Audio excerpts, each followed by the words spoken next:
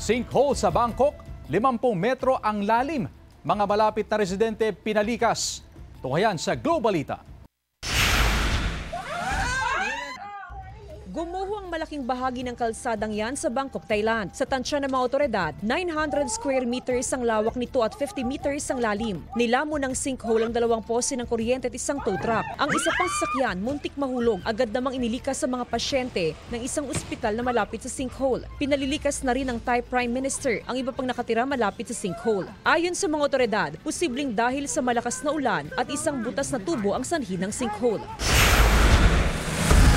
Naramdaman din sa Hong Kong, Macau at Taiwan ang bagsik ng Super Typhoon Ragasa na unang nanalasa sa Pilipinas bilang bagyong Nando.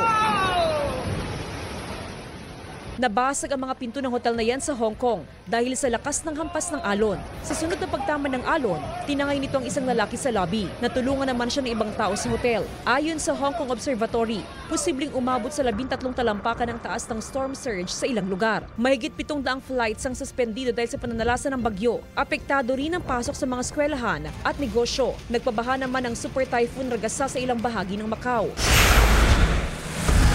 Sa Guangzhou, Taiwan, lubog sa makapal na putik ang ilang sasakyan at bahay. 17 ang napaulat na patay at mahigit 100 at iba pa ang pinaghahanap. Wala pang pahayag ang DFA kung may mga apektadong Pinoy sa Taiwan, Macau at Hong Kong.